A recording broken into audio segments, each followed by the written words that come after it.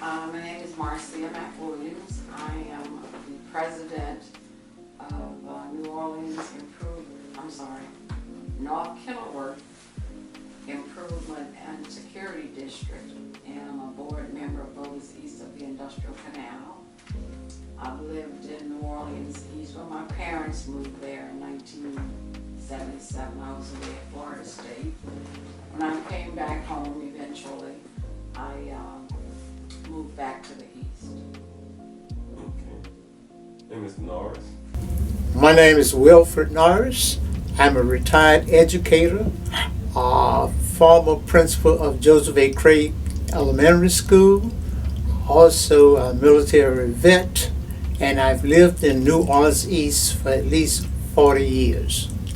Thank you both. And Orleans Parish School Board, it's slightly different now compared to maybe 2000s, the 90s, 80s, 70s, because we have all these different entities. We have charter schools, and it seems like anybody can get a charter school. How do you all feel about that? Well, first, I'd like to talk about the responsibility of the Orleans Parish School Board. It's 7 elected officials with a 4-year term. And I think I see, and what I've seen over the years, that they can't just think about their district when deciding policies and procedures. They have to make decisions that benefit the whole school system. And I think that's very important for the school board members to know and to be very cognizant and aware, because it affects the whole school system. I also like to add to that, it's very important that they are aware that they are in charge of the school building and deciding where a school will be erected and how and what population it is serving. And they should also be out communicating with not only the head of schools, but the concerns of the parents and also citizens in various areas. Yes. And is the Orleans Parish School Board responsible for the bus contracts and busing the kids to and from school? No. The bus contracts, each charter school is responsible for hiring certified buses and certified bus drivers. The buses and the drivers have to be certified by the city of New Orleans. That's a mandate. And it has caused some problems. Last school year before COVID and the year before, they had problems because there were many buses that had not been certified by the city and many bus drivers that had not been certified by the city. And that's very important because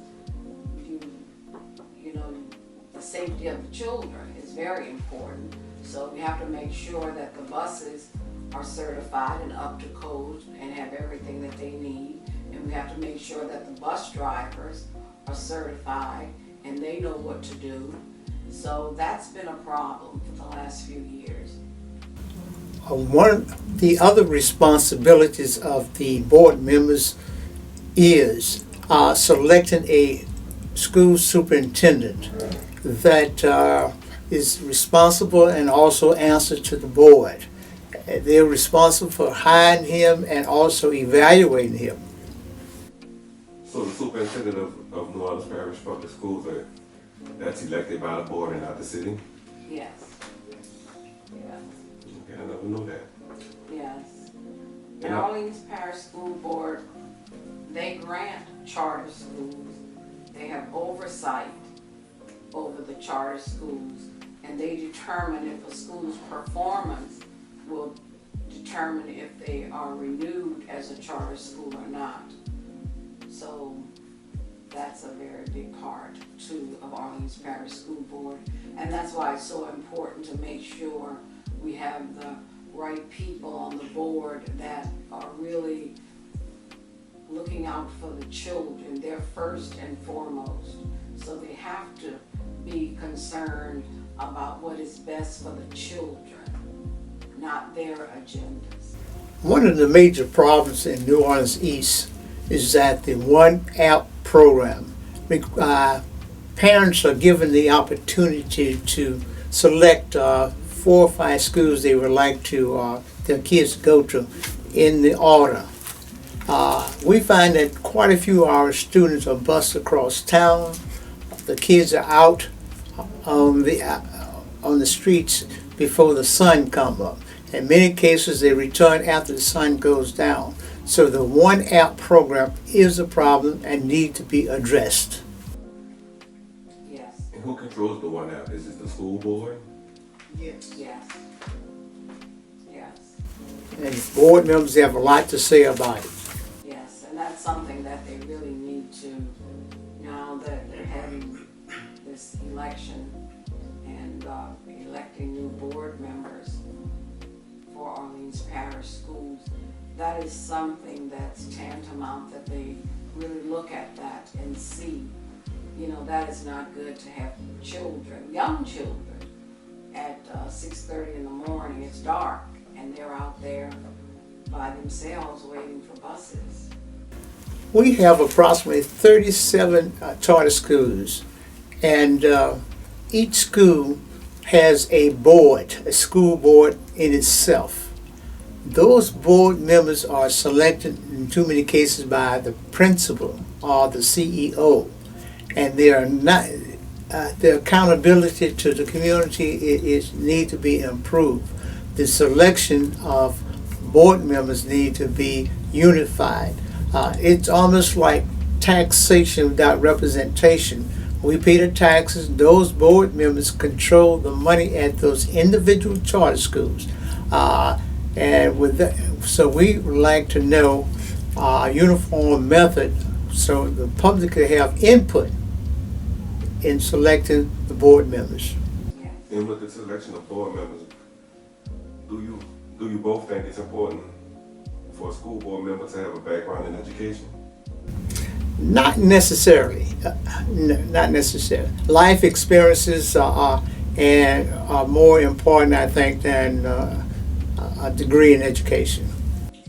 Now, the board members that are on the board at the individual schools, they have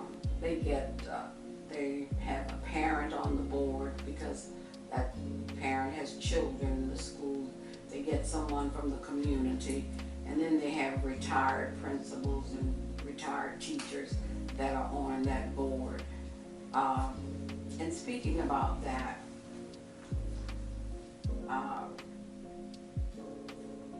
how is a charter school regulated and managed? And there is a charter contract between the charter operator, which could be, which is the board at the school, and the authorizer of the charter school, which in some cases is Orleans Parish School Board. And they have this contract, and in this contract it's written what the authorizer expects and what the board for that school is supposed to do.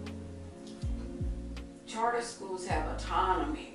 However, the authorizer does evaluate academics, fiscal policies, operations of the charter school.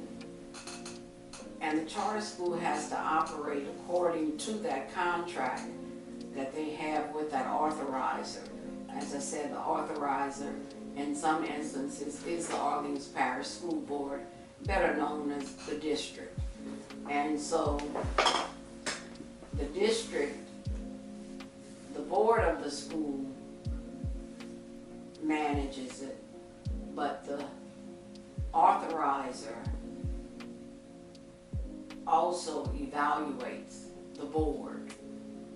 And it's very important to understand that they have that board there at the charter school However, the school leader has a very important role. And I find that these school boards at these different charter schools are taking the place of the school leader, if that's a principal or a CEO. And the principal or a CEO, they're the school leader. But in many cases, the boards in these schools are taking control. And with that being said, do you all feel that we should go back to district schools, or we should remain with the charters? Personally, I think we should go back to neighborhood schools. This would cut the transportation expense. Also, if a child become ill or the principal needs to deal with a child for disciplinary reason, that parent is available.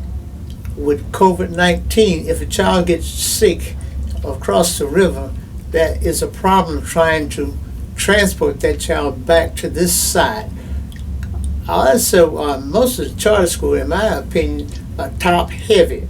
This was one of the criticisms that the Orleans Parish School Board received before Katrina, that they were top heavy. But yet the charter school has a CEO, a principal, system principal, accountant, a disciplinary. So they are very top heavy, and that does not go directly, funds do not go directly to the classroom. It deals with a lot of the administrative help. Yes.